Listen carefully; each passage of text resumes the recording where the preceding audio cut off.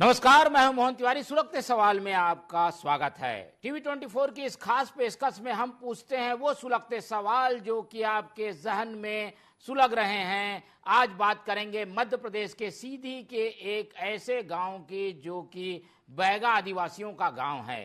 कहने को तो बैगा आदिवासी जो है राष्ट्रपति के दत्तक पुत्र कहलाते हैं और उनकी खास देखभाल करने के नियम बने हुए हैं, निर्देश दिए गए हैं। पर इन बैगा आदिवासियों का गांव पूरी तरीके से उपेक्षित नजर आ रहा है।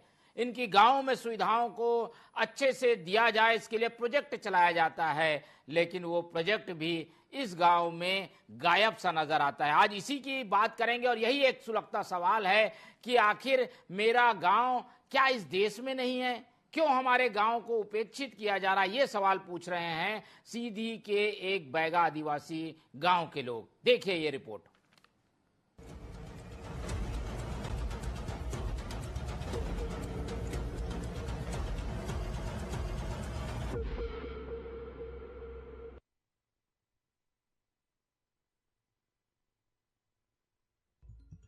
सीधी जिले में कई ऐसे गांव हैं जो बुनियादी सुविधाओं को लेकर आज भी तरस रहे हैं। जहां देश एक और डिजिटल भारत और 21वीं सदी की बात करता है, वहीं इन ग्राम पंचायतों की दशा देख ऐसा प्रतीत होता है कि यहां लोग आज भी आजादी से पहले की जिंदगी जीने को मजबूर हैं। ऐसा ही एक गांव जिला मुख्यालय से लगभग 30 किलोमीटर दूर पर स्थित पहाड़ियों की आगोश में बसा सरेठी गांव है, जहां ग्राम पंचायत का खंधो गांव आज भी बुनियादी सुविधाओं से मोहताज है। जिला मुख्यालय से लगभग 30 किलोमीटर दूर सरेठी ग्राम पंचायत के अंतर्गत खंधो गांव की राह पहाड़ से होकर निकलती है, लेकिन नदियों और नालों के पाट से होकर ये गुजरती है। पहाड़ का पानी रास्ते को अपनी आगोश में लेने के कारण लोग कई दिनों तक अपने घरों में कैद हो जाते हैं। सरकार द्वारा नल जल योजना, उज्ज्वला योजना, बिजली के लिए सौभाग्य योजना के तहत बिजली के साथ ही प्रधानमंत्री आवास जैसी योजनाओं को चलाकर लोगों को विकास के साथ जोड़ा जा रहा है, लेकिन सरकार की योजना के लाभ से ये गांव आज भी अछूता है, मानो इस गांव में सरकार है ही नहीं। यहाँ के रोड के समस्या है और बिजली के समस्या है, लेकिन घर मिला है और घर में न लाइट है न बत्ती है। हम लोग कैसे लड़के पढ़ा सकते हैं?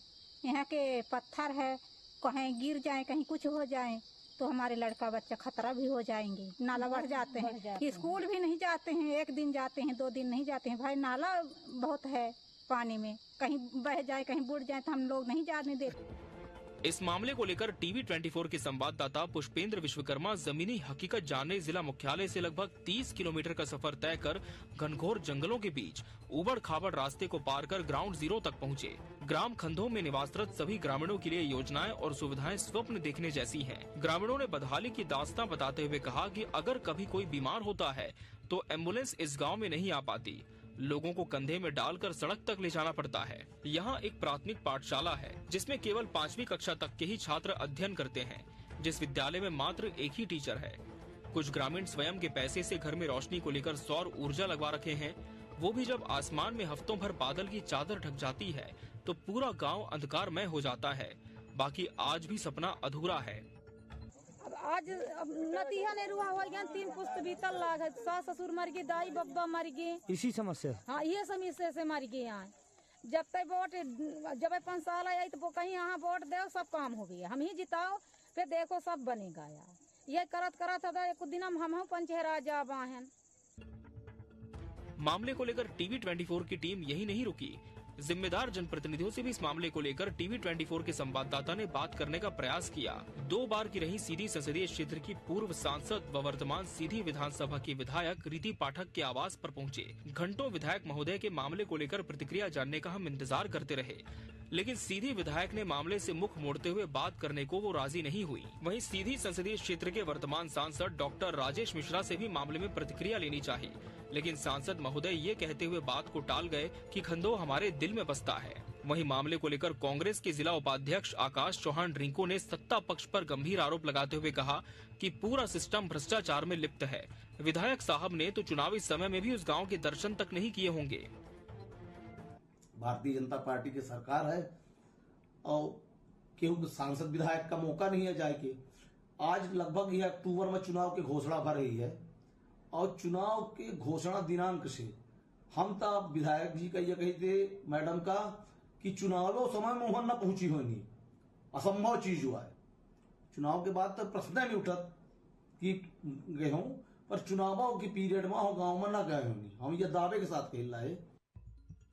टीवी 24 पर बात करते हुए जिला पंचायत सीईओ एवं एसडीएम सीधी अंशुमन राज ने कहा कि आपके माध्यम से ये पता चला है, जनमन के माध्यम से फिलहाल ऐसे गांव को लेकर कार्य किया जा रहा है, लेकिन इस गांव के मामले को लेकर हमारे सभी विभाग के कर्मचारी 1 सप्ताह के अंदर ग्राउंड जीरो पर उतरेंगे और लोगों की समस्याओं से रूबरू होंगे और कार्रवाई करेंगे।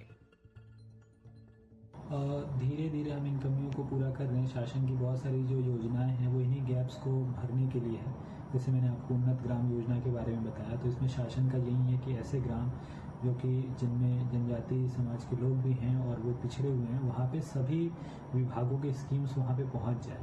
तो जो भी कमियाँ रही है उसको हम आगामी समय में पूर्ण करेंगे कि लोग इसका सबका लाभ उठाएं। फिलहाल दावों और हकीकत में बहुत अंतर है। ग्रामीणों को मूलभूत सुविधाएं कब तक मिलेंगी, ये एक बड़ा सुलगता सवाल है। टीवी 24 के लिए सीधी से पुष्पेंद्र विश्वकर्मा की रिपोर्ट।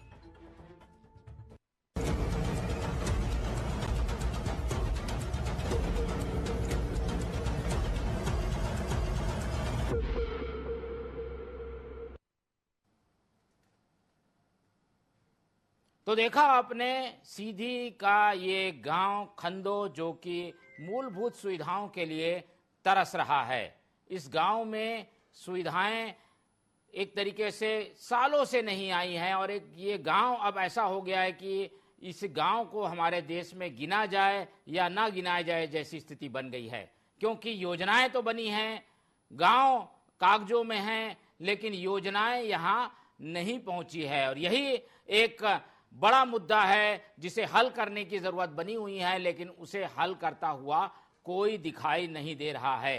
ग्राम पंचायत के लोग इस गांव की जानकारी रखते हैं, सूद लेने के लिए बिल्कुल भी नहीं जाते। जनप्रतिनिधियों से भी हमने बातचीत की है, लेकिन जनप्रतिनिधि क्या कहते हैं वो भी हम आपको बता चुके हैं। गांव की हालत हम अपने स्क्रीन में दिखा रहे हैं, जिससे आप समझ सकते हैं कि ना सड़कें हैं, ना बिजली है, ना पानी है, जो कि तीनों मूलभूत सुविधाएं हैं और ये तीनों सुविधाएं बिल्कुल यहाँ पर नदारद नजर आती हैं। ऐसे में क्या होगा, इन समस्याओं का क्या क्या परेशानियां हैं, सब जानने के लिए पहुंचते हैं ग्राउंड जीरो पे। हमारे संवाददाता पुष्पेंद्र विश्वकर्मा हमारे साथ बने हुए हैं।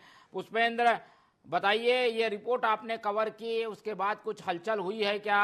प्रशासन क्यों इस गांव की सुध नहीं ले रहा है? किन कारणों से यहाँ पर ये समस्याएं बनी हुई हैं? जी, अगर यदि हम बात करें सीधी जिले की, सरेठी पंचायत का एक गांव है जो आज भी मूलभूत सुविधाओं से वंचित है। यह गांव में ऐसा प्रतीत होता है कि आजादी के पहले की जिंदगी आज भी लोग जी रहे हैं। जब हमने जिला पंचायत के सीईओ अंशुमन राज जी से बात की तो उन्होंने हमारे कैमरे पर तो कहा कि 1 हफ्ते में हमारा पूरा प्रशासनिक अमला वहां उतरेगा और स्थितियों में सुधार का प्रयास किया जाएगा, लेकिन अब तक ऐसा कोई भी समाचार और प्रशासन द्वारा ऐसा कोई भी कदम नहीं उठाया गया है कि वहां की ग्रामीणों के समस्याओं का निदान हो सके। जी, क्या क्या दिक्कतें हैं वो पहले बताइए, और ग्रामीण इस मामले को लेकर कहाँ पहुंचे थे, उनको कहाँ से वापस खाली हाथ लौटना पड़ा होगा? जी, जब हमको इस ग्राम पंचायत की मामले की बात पता चला, समस्याओं का पता चला, तो हमने सीधी से उस ग्राम पंचायत का सफर तय किया जो बीहड़ जंगलों के बीच, घनघोर जंगलों के बीच है। एक रास्ता है, एक नदी है, नदी नाले में जो है तो गलियारा है, वो गलियारे से होके उस गांव के लिए रास्ता जाती है। अब उस गांव के पदहाली की यदि बात करें तो हाँ, तो ना तो स्कूल है और ना ही वहाँ शिक्षा है और ना तो बिजली है, ना पानी है, ना उज्ज्वला योजना है। नल जल योजना की बात करें तो यहाँ सरकारें दावा करती हैं कि हमारी नल जल की योजना, हर घर में नल जल की टोटी बह रही है, पानी चल रहा है, बिजली हर घर पहुंच रही है, शिक्षा हर जगह है, वहाँ 5वीं तक स्कूल है। इसके बाद बच्चों के लिए 10 किलोमीटर उच्च शिक्षा के लिए, हाई स्कूल, माध्यमिक स्कूल की शिक्षा के लिए जाना पड़ता है। ऐसे में बच्चे 5वीं के बाद और नहीं पढ़ पाते हैं। और ग्रामीणों ने यह भी कहा कि यदि कोई गंभीर स्थिति में बीमार हो जाए, यदि कोई समस्या हो जाए तो उन्हें खाट पर टांग कर और 4 किलोमीटर 5 किलोमीटर का सफर तय कर जंगलों के बीच ले जाना पड़ता है। आधी रात में तो कभी कभी ऐसा भी होता है जहां जंगली जानवरों का डर बना रहता है, जंगली जानवरों की वजह से नहीं जा पाते। बरसात के दिनों में नाले उफान पे आ जाते हैं, तभी कनेक्टिविटी बंद हो जाती है। उसके साथ ही बरसात के दिनों में तो अक्सर स्कूली छात्रों को जो है, जो 10वीं 12वीं के छात्र हैं, वो स्कूल तक नहीं पहुंच पाते, महीनों दिन तक शिक्षा से वंचित रहते। ठीक है, ये विषय जो है वो काफी गंभीर है, और क्योंकि बैगा आदिवासी जो ऐसे आदिवासी जनजाति हैं जिनको संरक्षित करने की बात होती है, उन्हें पल्लवित और पोषित करने की बात होती है, वो क्या प्रोजेक्ट यहाँ आया हुआ था क्या? अगर हम बात करें तो सरकार दावा करती है कि हमारा बैगा प्रोजेक्ट जो आदिवासी ट्राइबल क्षेत्र की है, खासतौर पर आदिवासी जनजाति के लोगों के लिए है। इस गांव में ज्यादातर आबादी बैगा जनजाति की है और 2-4 घर की आबादी अन्य जातियों की भी है। लेकिन यहाँ पर सिर्फ पीएम आवास के अलावा बाकी कुछ भी शासन की एक भी योजनाएं नहीं पहुंची है, और कुछ लोग तो सौर सेल पैनल के माध्यम से रात में प्रकाश कर लेते हैं, वो भी वो अपने निजी पैसे से लाए हैं, लेकिन सरकार ने आज तक कोई मदद नहीं की। जब हमारी टीम ने ग्राउंड जीत पर लोगों से बात की, उन्होंने कहा कि नेता चाहे सत्ता पक्ष के हों चाहे विपक्ष के हों, उन्होंने सिर्फ वोट मांगने के अलावा आज तक हमारे गांव के दर्शन तक नहीं किए। यदि सत्ता पक्ष के नेताओं की बात करें तो उन्होंने तो उस गांव में वोट मांगने तक भी नहीं जा पाया। ठीक है, आपके पास लौटेंगे पुष्पेंद्र, लेकिन अब हमारे साथ जुड़ चुके हैं मनोज सिंह, जो कि गांव के सचिव हैं, और ये एक अहम जिम्मेदारी सचिव की होती है कि उस गांव में अगर कोई कमी है तो वो बात प्रशासन तक पहुंचाए और प्रशासन से सारी सुविधाएं लाने की कोशिश करे, क्योंकि योजनाएं तो बहुत है गांवों के विकास के लिए, पर वो अहम कड़ी होते हैं सचिव। मनोज जी, हमारे टीवी 24 चैनल में बहुत बहुत स्वागत है आपका। चलो फिर से संपर्क करने की कोशिश करेंगे। ग्राम पंचायत सरेड़ी के सचिव हैं मनोज सिंह, जो कि हमारे साथ जुड़े थे, लेकिन अभी कनेक्शन कटा हुआ है। फिर से संपर्क करने की कोशिश करेंगे और लोगों से भी बात करेंगे और उनसे भी जानने की कोशिश करेंगे, लेकिन एक बार फिर से चलते हैं पुष्पेंद्र के पास। पुष्पेंद्र, ये जो समस्या है कहाँ पे अटकी है, सुई कहाँ अटकी है? क्योंकि समस्या मालूम है लोगों को, तो हल करने में क्यों दिक्कत आती है? कम से कम सड़क बना देते, कम से कम सौर ऊर्जा की बिजली लगा देते, ये 2-3 महत्वपूर्ण। चलिए हमारे साथ मनोज जी जुड़ गए हैं, पहले उनसे बात कर लेते हैं। मनोज जी, बहुत स्वागत है आपका टीवी 24 में। मनोज सिंह जी, मेरी आवाज आपको मिल पा रही है? चलिए, मनोज जी से संपर्क नहीं हो पा रहा है, किसी और से संपर्क करने की कोशिश करते हैं। ग्राम पंचायत के सरपंच से बात करते हैं, उनसे समझने की कोशिश करते हैं। शांति सिंह है, सीईओ जिला पंचायत सीधी से भी बात करेंगे, तो एक एक करके बात करेंगे, लेकिन समस्या कहाँ अटकी हुई है पुष्पेंद्र बताएंगे। पुष्पेंद्र, क्या लग रहा है कहाँ पर अहम कड़ी है जिसकी वजह से ये समस्याएं बनी हुई है? अगर हम उस गांव की बात करें तो उस गांव में जहां जनप्रतिनिधि चाहे सत्ता पक्ष के हों विपक्ष के हों, वहां की समस्याओं को गंभीरता से नहीं ले रहे हैं कि आखिरकार उनके समस्या का निदान हो। और जो यहाँ का जिला प्रशासन है, तो जिला प्रशासन की भी उदासीनता कहीं ना कहीं देखी जा रही है। ग्रामीण चीख कर कह रहे हैं, हमारे कैमरे पर भी बोले हैं कि हमने इस गाँव के मामले को लेकर कई बार जिला प्रशासन को अवगत कराया, लेकिन जिला प्रशासन ना तो गंभीरता से लिया और ना तो यहाँ के जनप्रतिनिधि गंभीरता से लिए। और वहाँ का जो गांव है चारों तरफ से घिरा हुआ है और वो वनांचल का क्षेत्र है। कहीं न कहीं जो जंगल विभाग की भूमि है, जंगल विभाग की भूमि से ही वो रास्ता गुजरता है, और कहीं न कहीं जंगल विभाग की ओनसी न मिलने के कारण उस गाँव तक रोड की कनेक्टिविटी नहीं है। जी ठीक है, चलिए, तो एक बड़ी समस्या ये आ रहा है कि वहाँ पर वन विभाग का भी दखल है और वन भूमि आने के कारण ये सारी समस्याएं होती है। आकाश सिंह हमारे साथ जुड़े हुए हैं, जिला उपाध्यक्ष हैं और समाज सेवी भी हैं, आकाश सिंह रिंकू। आकाश जी, बहुत स्वागत है आपका टीवी 24 में। आपका बहुत बहुत धन्यवाद जी। बताइए, हम ये समस्या उठा रहे हैं खंडो गांव की, ये गांव क्यों उपेक्षित है, क्यों यहाँ पर सुविधाएं नहीं पहुंच पा रही है? आप लोग विपक्ष में हैं, ऐसी मामलों को आप लोग क्यों नहीं उठाते? सरकार चलो नहीं सुन रही है, विपक्ष क्यों इसमें मौन बैठा हुआ है? ये मैं एक बात कहना चाहता हूँ कि हम तो विपक्ष में हैं, तो हम तो वहाँ 4 बार पहुंच चुके हैं। जो निर्वाचित जनप्रतिनिधि है वो कितनी बार पहुंचे हैं उस गांव में, पहले ये बताया जाए। क्या कारण लग रहा है आपको, क्यों नहीं यहाँ पर ध्यान दे रही है सरकार? सरकार को पल से उनको सिर्फ है, गांव के विकास से कोई मतलब हो तब तो बात करें। अभी हाल ही में हमारे सीधी जिले में एक बमुरी कन्या विद्यालय में। ये बीच में कौन सी दवा खिलाई गई थी, अल्ट्राडोलम पता नहीं कौन सी दवा, उस दवा के कारण पूरी बच्चियां बीमार हो गई थी। दवा खिलाने की क्या जरूरत है बिना माता पिता की अनुमति से। इसी तरह देर नगरी चौपट राजा, टका फेर भाजी, टका फेर साजा। समस्या क्या दिख रही है? आप लोग गए थे 4 बार वहां पर, क्या समझ में आया आप लोगों को? न रोड है, न नाली है, वो बिजली की इतनी बड़ी समस्या है कि कैसे कुछ जगहों पे बिजली लगी हुई, पर वो भी बांस के तंबू, बांस गाड़ गाड़ के और बिजली लाई गई है। तो ये 4-5 प्रमुख समस्या, जरूर इस मुद्दे को आप लोग उठाइए और जिला पंचायत अध्यक्ष तक, सीईओ तक पहुंचाइए। क्या उनको ये जानकारी में नहीं है ये घटना, ये गांव की क्या हुआ है वहां पर, कैसी वहां पर आवश्यकताएं हैं? ना हो क्योंकि नए आए हैं, पर सबकी जानकारी में है। ठीक है, तो देखिए रिंकू सिंह जो कि आकाश चौहान जी हैं, रिंकू जी हैं, वो बता रहे हैं कि वो विपक्ष के होने के नाते 4 बार वहां गए, समस्याओं को सुना, समस्याओं को हल करने की कोशिश की, लेकिन उन सब के बावजूद अब तक ये समस्या बनी हुई है, क्योंकि कहीं ना कहीं इस मामले में एक बेरुखी सी दिखाई देती है।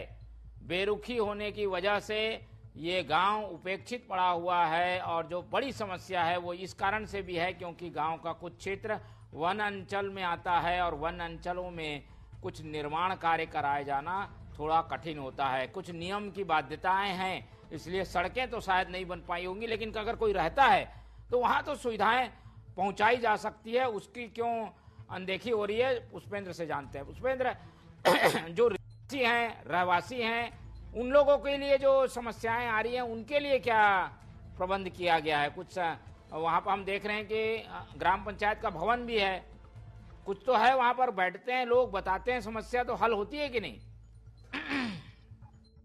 यदि हम उस गांव की बात करें तो उस गांव में सिर्फ 5वीं तक प्राथमिक विद्यालय है। उस विद्यालय में सिर्फ 1 टीचर हैं और 28 बच्चे हैं।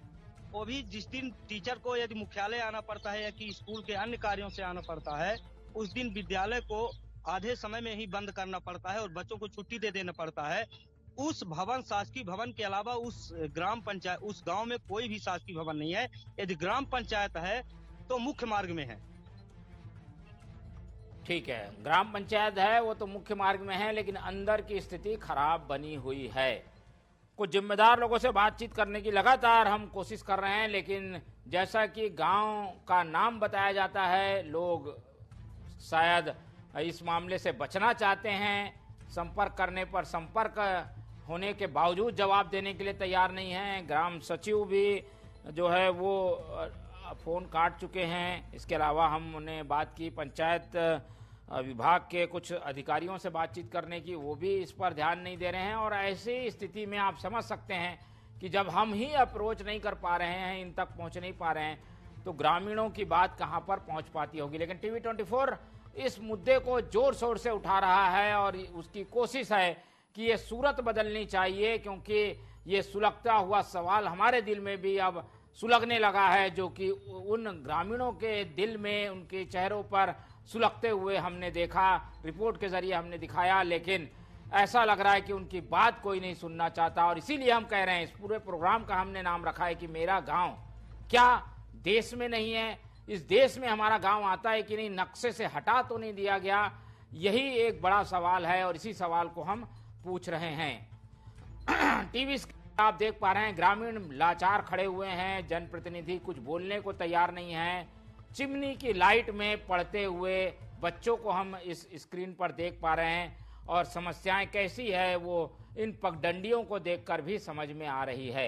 एक बार फिर से पुष्पेंद्र की ओर चलते हैं और कोशिश करते हैं फिर से जुड़ने की लोगों से और बातचीत करने की, लेकिन शायद कोई फोन उठाने के लिए तैयार नहीं है। पुष्पेंद्र, बताइए, ये रवैया दिखाता है कि कहीं ना कहीं प्रशासन इसमें मौन है और प्रशासन इस संबंध में ध्यान नहीं देना चाहता। आखिर अब करे क्या, कहां आवाज पहुंचाए? अब क्या भोपाल में मुख्यमंत्री को बताना पड़ेगा तब ये समस्या हल होगी? बिल्कुल बिल्कुल। यदि बात करें तो ग्रामीणों ने भी यही बात कही कि हमने जो है तो यहाँ के चाहे सत्ताधारी जनप्रतिनिधि हो, चाहे प्रशासन हो, हमने कई बार उनसे अपनी यहाँ की समस्याओं को लेके गुहार लगाई है, लेकिन सुनने को तैयार नहीं है। हमारी टीवी 24 की टीम ने भी सत्ताधारी दल के जो जीते हुए जनप्रतिनिधि हैं, चाहे विधायक हो चाहे सांसद हो, हमारी टीम ने वहां घंटों विधायक जी के आवास पर इंतजार करती रही, लेकिन विधायक जी ने उस मुद्दे पर बात करने को तैयार नहीं हुई। लेकिन जब हमने सांसद जी से बात करना चाहा तो पहले तो उन्होंने कहा कि छोटे मोटे मामले के लिए हमसे बात मत करिए, लेकिन बाद में उन्होंने यह भी कहा कि खंडो हमारे दिल में बसता है। भले ये कयास लगाने वाली बात है कि जो गांव सांसद के दिल में बसता हो, क्या उस गांव की सूरत यही होगी? ये कई ज्वलंत मुद्दे बार बार वो गांव के लोग उठा रहे हैं। ठीक है, हमने कोशिश की है बात करने की स्थानीय विधायक रीति पाठक से, लेकिन उन्होंने जवाब दिया है कि अभी वो एक कार्यक्रम में होने के कारण जवाब नहीं देंगी, लेकिन उन्होंने इस पूरे मामले को सुना है, समझा है, तो उम्मीद करते हैं कि रीति पाठक जी इस मसले पर संज्ञान लेंगे, वहां पर पहुंचकर लोगों की समस्याएं सुनेंगे और समस्याओं को सुनने के अलावा उन्हें हल करने की भी कोशिश करेंगे, क्योंकि मध्य प्रदेश में जिस तरीके से शासन ने दावे किए हैं, काम किए हैं, उससे तो लगता है कि ऐसा कोई गांव नहीं होगा जहां पर सुविधाएं नहीं पहुंची होंगी। केंद्र और राज्य दोनों जगह जब सरकार बीजेपी की है तो ऐसी जगहों पर काम तेजी से होगा, ऐसी हम उम्मीद करते हैं। और मुख्यमंत्री डॉक्टर मोहन यादव जब संवेदनशील हैं तो वो जरूर इस तरीके के मसलों को अपने संज्ञान में भी लेंगे, प्रशासन को निर्देश देंगे, और जब लोग यहाँ पर पहुंचेंगे, प्रशासन यहाँ पर पहुंचेगा, तो सबसे बड़ा सुकून मुख्यमंत्री को मिलेगा, सरकार को मिलेगा, क्योंकि उनकी योजना गांव के अंतिम छोर तक पहुंच रही है।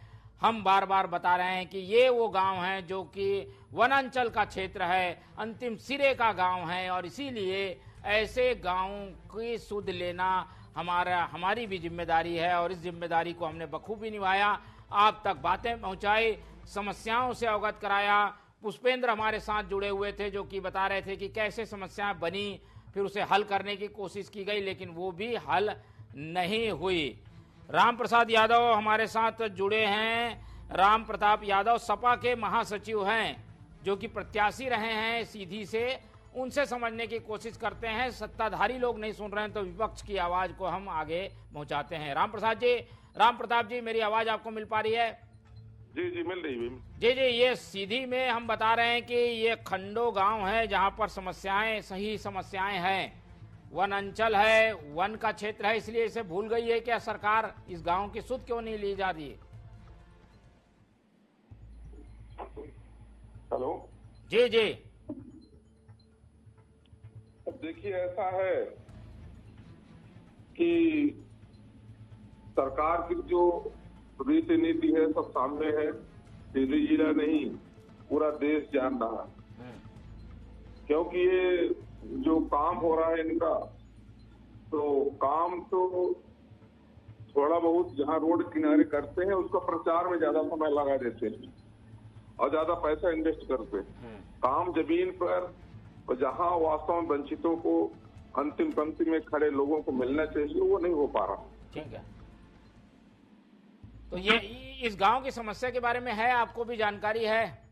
हाँ, बिल्कुल जानकारी है, लेकिन समस्या हल नहीं हो रही है। क्या लगता, क्या है कारण, क्यों यहाँ पहुंच नहीं पा रही है प्रशासन? देसी कहावत बनी है कि बहुते जोगी मंडिल नासा।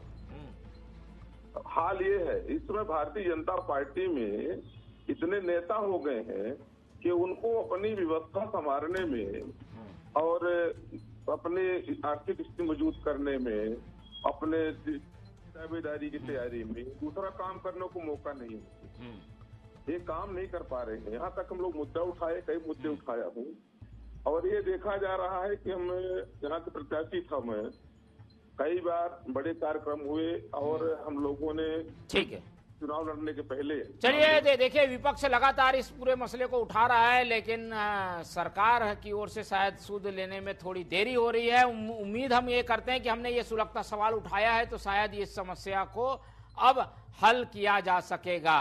लेकिन ये समस्या आज की नहीं है, वर्षों से ये समस्या बनी हुई है। ऐसे कई गांव हैं, केवल एक गांव की बात नहीं है, ऐसे कई गांव हैं जो कि वनांचल में है, और वनांचल में होने की वजह से ये गांव जो है वो इस तरीके की समस्याओं से जूझते हैं। वन विभाग कहता है कि ये जंगल का हिस्सा है, वहाँ के निवासी कहते हैं कि हम बरसों से रह रहे हैं और इसी लड़ाई में वहाँ सुविधाएं नहीं पहुँच पाती, वहाँ समस्याएं बनी रहती है। और इसी वजह से पुष्पेंद्र जी आपका बहुत धन्यवाद, आप हमारे साथ जुड़े। हम स्क्रीन में दिखाएंगे क्या समस्या है और लोग शायद समस्याओं को देखकर ज़्यादा अच्छे से बता पाएंगे कि वो तय करें कि आखिर इस तरीके की समस्याओं के लिए प्रशासन क्यों ध्यान नहीं देता। तो आज का सुलगता सवाल यहीं खत्म करते हैं और इस पूरी जानकारी के लिए हमारे साथ पुष्पेंद्र जी जुड़े, उनका बहुत बहुत धन्यवाद। और ये जो समस्या है वो जल्द से जल्द खत्म हो, इस बात की हम उम्मीद करते हैं, लेकिन प्रशासन की स्थिति से ऐसा लगता है कि समस्या जल्द नहीं होगी। इसलिए हम इस पूरे मसले को एक बार फिर से उठाएंगे, फिर से आपके पास आएंगे और जानने का प्रयास करेंगे कि आखिर यहाँ कहाँ पर पेच अटका हुआ है। फिलहाल आज के लिए इस सुलगता सवाल को हम यहीं खत्म करते हैं और आप लोग से लेते हैं इजाजत। आप लोग देखते रहिए TV 24, रखिए अपना बहुत ख्याल। नमस्कार।